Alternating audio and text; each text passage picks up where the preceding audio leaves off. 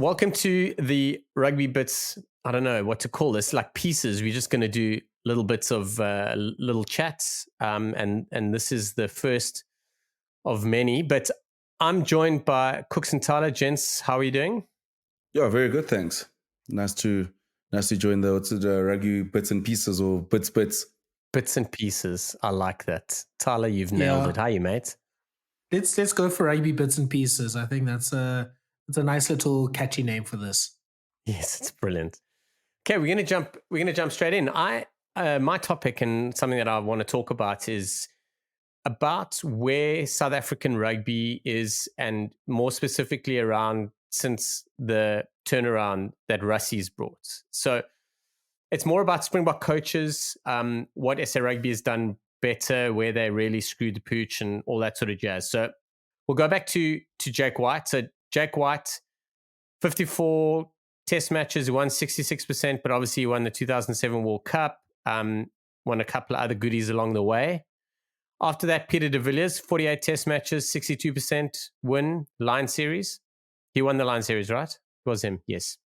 Then probably getting into a space that I think was a little bit dodgy, but from the Heineke Meyer era. So Heineke Meyer, 48 test matches, 66 win percentage. Now, a lot of the perception around Heineke is that his win percentage wasn't that good. But I mean, it's up there. It's one of the best. Then after that, Alice Coetzee, 25 matches, no World Cup for him, 44% win percentage. And then we got in 2018 when Rassie took over. Now, Rassie took over as the Director of Rugby, and that was his role. And then dovetailed that with being the Springbok coach, because I don't know, I can't remember, but I think he figured he just wasn't able to get anyone in at the right time. And then after that 2019 World Cup win, he took his Director of Rugby role more seriously, and then Jacques Nienaber went in. So Rassie, 26 matches, 65% win ratio, and Jacques Nienaber, 27 matches so far with a 59%, 59.2. So yeah, 59. Kooks, I'm dumping this straight on you, mate. What happened? Like, what are your thoughts on what Rassie's implemented and done? And do you think it's, I mean, I don't know. It's really hard to say it hasn't been good because of what happened, but where did it all go wrong and how did they pull it back? Oh man, I think.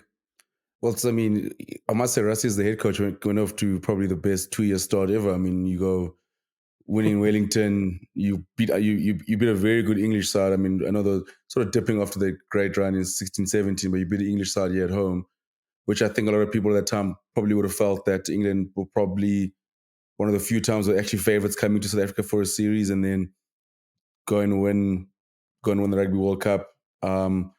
And then I think what went wrong probably is we're still going through that phase from Jake to Peter to Alistair's that I've always it always annoyed me that every time Springbok coaches it felt like it was 4 years and then break things up again. New coach comes in, build for 4 years, break things up again. And I think with the rest of sort of halted their progress by winning the World Cup. And I mean 2016-17, I mean, geez, Shaun, where do I start? Man. It was it's hard, eh? Therapy. No, it's hard. But I think a lot. I think even SA Rugby, those turmoil behind the scenes, and there's just so much going on. Even like with Alistair taking over under the cloud of having to have his own management. I mean, SA Rugby picking his management team for him, and then we could only pick Boks who would only play 30 tests, played over 30 tests if they're overseas. So there's so much going on at the time. There's so much change happening, and then obviously like then the results and just did not go to plan. I mean, losing to Italy, I mean, that's never easy. And then, I mean, Albany, the Durban is, everyone speaks about Albany against the All Blacks, but they forget against Durban in 2016, and the All Blacks also put 50 on us here in Durban. And I think it's the last time Durban they played Argentina last year, but I don't think they'll see the All Blacks again anytime soon. But I just think, Rassie took over from a very, very dark patch. And I think what sort of helped him is as Director of Rugby is that he was, I think obviously we dropped the rule of that we could pick anyone. So no more picking guys over 30 caps who can play for the Springboks.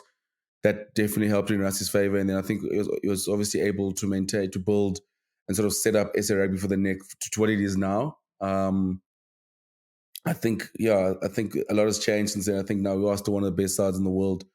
And I think the only thing you probably say with Rassie is tenure, especially with him being director of rugby post Rugby World Cup. I think that's all dependent on how the Springboks do in this year's World Cup, because I think a lot of, yes, we lost. I mean, losing no rugby in 2020, no one could have forecasted that. But I think, to sort of sum up Rassie's term as director of rugby, I think as a coach, is obviously winning the World Cup, and as director of rugby is how well the Boks do now, because sort of everything's been shifted and been geared towards the Rugby World Cup. I think even as Springbok fans, there has been a little bit more leniencies. When we do lose games, it's been like, oh, but we're playing for the World Cup. We don't win the championship, oh, but we're playing for the World Cup. So the result of the World Cup will sort of dictate how we look back at these last 3 years. But I think, like I said, where it went wrong. It was tough to be a Springbok fan, tough to watch the Springboks during those dark times. And listen, to go from those dark times to bringing back a World Cup, I still think is an incredible achievement. And so I think with Rassie, I mean, he has done a very good job. You can't fault him on that. And I think I'm just excited to see how it tapers down now and how it ends come 2023 World Cup. Yeah. I tell you, just looking back in my mind about the Alistair Coetzee time and just before that with Heineke Meyer, how he ended his sort of coaching stint was, those were tough. Thala, I'm big style about succession planning and stuff. Do you think that what Erasmus has done as director of rugby and the plans he's put in place have really put us in a much better space for, like, say, 6-7 years ahead? Or do you think we still haven't created enough of that yet? So I think there's two aspects of this. I think there's the like, if you get a broken car, you restore it, which I think obviously Erasmus did well. And we obviously can see the fruits of that in the Rugby World Cup. And I mean, I think Rassie Erasmus himself has said this, that they weren't expecting to win the World Cup in 2019. That the age profile and the cap profile of the Springbok team that he picked for the 2019 Rugby World Cup, that was supposed to be good now in 2023. Because you can see with a lot of our players, the key players are pretty much in that late 20s to early to mid 30s age range. A lot of them have 50 caps, all that sort of stuff. Like, we're supposed to only be good now. So the World Cup, in a way, happened, and this is typical of South African rugby. The Rugby World Cup win happens in the wrong sequence. You usually, every other team that has won the Rugby World Cup is good for the 2-3 years before the World Cup. And the World Cup is almost the peak of their achievement. If not, they maybe peak a little bit afterwards. South Africa will start their journey with a Rugby World Cup win, peak a year or two later, or just find themselves randomly winning a World Cup like in 1995 and somewhat arguably in 2019. And then, like, their best teams just don't win World Cups, like 1999, for example. So I think the first thing was the restoration job good? I think it was good, but even then, like, it's crazy just looking at results back. I was just looking through as Kooks and you were talking about, like, just the Alistair Coetzee results, that he's 2 wins away, like a penalty kick against Wales and Italy, he has a 50% record. Rassie, for example, is, a few points away in that game in Wellington, in the October game against France, and now he's bordering on 50% as a win record as well. And if maybe the World Cup doesn't go the right way and all that sort of stuff, we're not looking at this era being, or the Rassie Erasmus, at least the coaching part, being as successful as it could have been. So it's so interesting, obviously, the fine margins that sports has. In terms of your question, Shaun, I think it's the problem that I see now, just looking after this World Cup. Like Cook said, we've put all of our eggs a lot of our eggs into the Rugby World Cup winning basket. After the Lions win, and obviously given the circumstances of not having rugby in 2020, it was basically all systems go, try to win the Rugby World Cup, because we can't really do the whole be as dominant as New Zealand thing from the 2010s, which is the one, I think the main, disappointment I think some South African fans have with this sort of Nienaber era, that we have a team that's as good as most teams that we've had in our history, or at least in the recent history, and we haven't been able to really get better than, winning 3 out of 5. We win 1 or 2, maybe win 3 in a row, then we lose 1, or we win 2 in a row, then we lose 1. So we haven't had that consistency that I think this team could really have if they really focused on being as good as they can be test by test.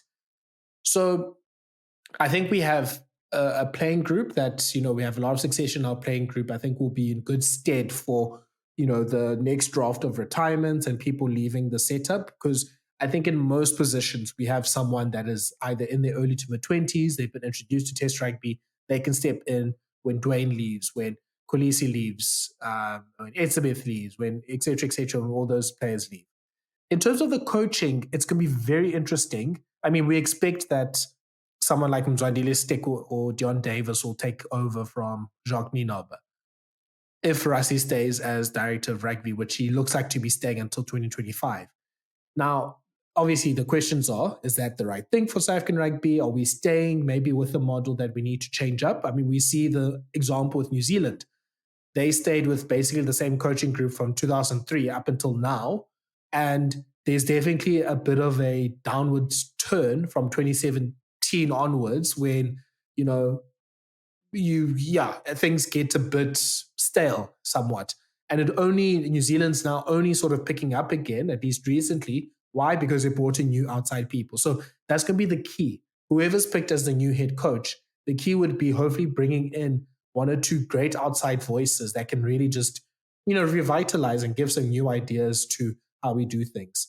And I think, if it would be great if we can have Rassie Erasmus as then this director, that can be more of a director of rugby than, a pseudo head coach, so that we do have that outside, like someone looking at the broader picture of South African rugby, because I think there's going to be some big decisions that we need to make about how professional rugby or men's professional rugby works in South Africa for the next few years, with obviously our involvement in the URC and in Europe, and, how players are managed and where our players are playing and all that sort of stuff. We need someone that can make those outside calls, and we need someone that can then also make the calls to equip whoever's the new Springbok head coach with the right people. So I think this is obviously a lot better than the past, because in the past, like Kooks said, it was you've got your 4 years and then you get out of the seat and then the next person comes in.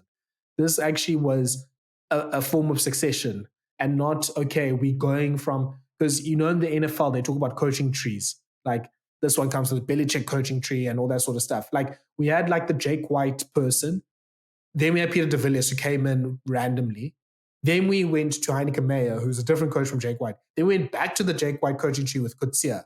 And Kooks and Rassie were sort of working together. So that made some sense, but obviously they couldn't work together in that particular stage. So this makes a lot more sense, that you go with a certain line of coaches and then you turn into a new line of coaches. This is how the New Zealanders have done it, and it should work for us as well. So yeah, I think in general, I think the restoration part was good. I think the world domination part could have been better somewhat. And obviously a lot of what Jacques Nienaber does will be tested on whether we win the Rugby World Cup, which I don't really like, to be honest. But yeah, it's sort of the position they've put themselves in, because ultimately, if there isn't a Rugby World Cup win, Nienaber and Rassie sort of combined have had a 60-odd% win record, and which is pretty much run of the mill with all of the other good mock coaches. I think, Thala, you hit the nail on the head. I think one thing Rassie Erasmus did is sort of bring back a sense of pride again into the Springboks. I mean, it was tough times in 2016-17. I think it just the results and, and the way World Rugby also looked at the Springboks, I just, it was a tough time, and you were coming off the loss to Japan in the 2015 World Cup and Heineke Meyer's run and Heineke Meyer's run, especially in the country. You look at how you do transformation and just it wasn't in a good space. I remember someone like Sia Kolisi, I think, played A game in that World Cup, and those players like John de Jong, guys like were putting up their hands and just weren't getting game time, and there's such a negative space around the end of the Heineken Meyer sort of era, then straight into the Alistair Coetzee era, where there's just like super transformation, and then like and sort of I think Alistair Coetzee sort of almost also found the weight of that, and I think what Rassie brought back was the sense of pride again in the Springboks, and yes, he did win, and then but I think now the Springboks are in a place where I don't think a Springbok side has been more loved by South Africa as it is now in terms of just the full-on support that everyone has for the side and just the genuine positivity around the Springboks, especially I just remember coming off that World Cup. Yes, it was COVID, and then sort of when Chasing the Sun came out, you could just sort of sense and the excitement for it, what people felt for it. And I think with that pride comes sort of, as South Africans, is we want to win. And I think it's a good thing for us to expect more from the Springboks. To see like Thalas making a great point. I just felt the All Blacks, the Springboks, they remind me a lot of the 2011 All Blacks. The 2011 All Blacks that won the World Cup, they probably weren't at their very best, but a lot of the players there played a key role for them to dominate in the 2010s, first of the 2010s into 2015, where they walked in as favourites and basically almost blew the competition out the water. And I thought the Springboks, essentially, yes, Ireland and France improved, but I felt that we could have sort of also make that switch with our players getting better. Then obviously COVID came, and I thought we'd still be able to at least come back with 2 actually rugby championship, but minimum 1 in this 4 years. We still have a chance to win this weekend. You never know if Australia can pull off a miracle and we just hammer Argentina, but one can only hope. But come on, Kooks. Come on, Kooks. But I think that's a sort of a good place for us to be in, is to expect a lot from the Springboks, and I think I've always maintained that in the pod, is that sometimes I may seem, I put on Twitter, like I may seem harsh, a little bit harsh, but I do think the Boks were good enough to be 70% in the last 3 years. And you're right, there are games here and there that went away from us, but we still sit in a position now that a lot of sides fear the Springboks. No one wants to play the Springboks. It's probably, most national teams, they don't look forward to playing the Springboks. It's no one wants to draw the Springboks. It was maybe borrowing the All Blacks, who seem to always play well against us, or maybe have a pseudo contract with Ian Foster to keep him in the job, but who knows? But I still think that the sense of pride that Rassie has brought back in this area, him and Jacques Nina, but something that can't be mistaken. I mean, it's the content that comes out from the group. Zonile Stick's press conference with Sia leading up to games on a Friday. Rassie's tweets, where they're going to go, is always interesting. There's always something happening with the Boks, and most of the time, 9 times out of 10, it's actually positive, and something that I feel as the country's gotten feels a lot more attached and more connected to the side. And I think they're probably the most relatable Springbok side we've ever had. That's what I was looking for. And that's a job that I think is incredible. And it just shows the amount of work that Rassie, the planning, and I mean, we know they're meticulous planners. The only thing the only time their planning fails is when they go to tests with no real goal kicker. That's the only time their planning sort of falls away. But other than that, Truth, they sort of ticked every single box, from winning to playing to social responsibility, how transformation, how the side is viewed, and that is something that goes beyond just the win percentage, and that's something I think is a big legacy that Rassie and Jacques Nina will be proud of.